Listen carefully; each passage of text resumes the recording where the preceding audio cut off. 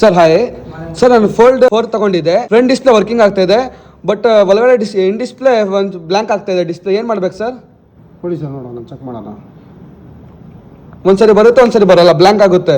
Okay, 50,000 ಕೇಳ್ತಾವೆ service ಸೆಂಟರಲ್ಲಿ display. So ಜಾಸ್ತಿ ಆಗ್ಬಿಡ್ತದೆ, ಅದಕ್ಕೋಸ್ಕರ ಸ್ವಲ್ಪ ಕಮ್ಮಿ ಬಜೆಟಲ್ಲಿ ಏನು ಮಾಡ್ಕೊಡ್ತೀರಾ? ಇದು ನೋಡಿ, ಕೆಲವೊಂದ್ಸಲಿ ಬರ್ತಾ ಇದೆ, ಕೆಲವೊಂದ್ಸಲಿ ಬರ್ತಾ ಇಲ್ಲ. ಹೌದು ಸರ್. ಇದು ನಿಮಗೆ ಫ್ಲೆಕ್ಸ್ ಚೇಂಜ್ ಮಾಡಬೇಕಾಗುತ್ತೆ. ಫ್ಲೆಕ್ಸ್ ಪ್ರಾಬ್ಲಮ್ ಸರ್ವಿಸ್ ಸೆಂಟರಲ್ಲಿ ಇದು 50,000 ರುಪೀಸ್ ಇದೆ. ನಮ್ಮ ಹತ್ರ 8,799ಗೆ ನಾನು ಕಂಪ್ಲೀಟ್. ಅಷ್ಟು ಕಮ್ಮಿನಾ? ನಿಜಾನಾ ಸರ್? ಸರ್ ವ್ಯಾರಂಟಿ ಇದೆಯಾ? ವಾರಂಟಿ 3 ಮಂತ್ಸ್ ವಾರಂಟಿ ಇದೆ. ಹೌದಾ? 3 ಮಂತ್ಸ್ ವಾರಂಟಿನಾ? ಮುಂದೆ ನಿಮ್ಮ ಮುಂದೆ ಮಾಡ್ಕೊಡ್ತೀನಿ. ಹೌದಾ? ತೋರಿಸಿ ಸರ್, ನಡೀರಿ ನೋಡೋಣ. ನೋಡಿ, ಇದು ಫೋಲ್ಡ್ 4 ಫ್ಲೆಕ್ಸ್.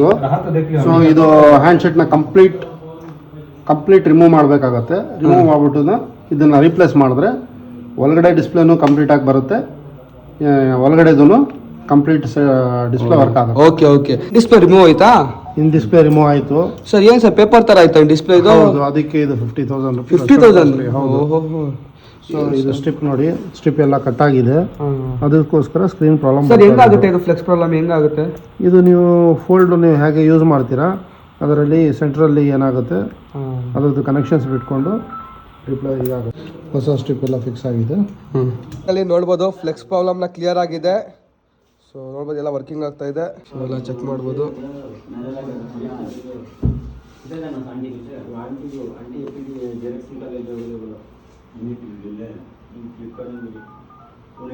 ನಿಮಗೆ ಈ ಥರ ಇನ್ಫಾರ್ಮೇಷನ್ ಏನಾದರೂ ಬೇಕಂದ್ರೆ ಸ್ಕ್ರೀನಲ್ಲಿ ನಂಬರ್ ಹಾಕಿರ್ತೀನಿ, ಆ ನಂಬರ್ಗೆ ಕಾಂಟ್ಯಾಕ್ಟ್ ಮಾಡ್ಕೊಳ್ಳಿ.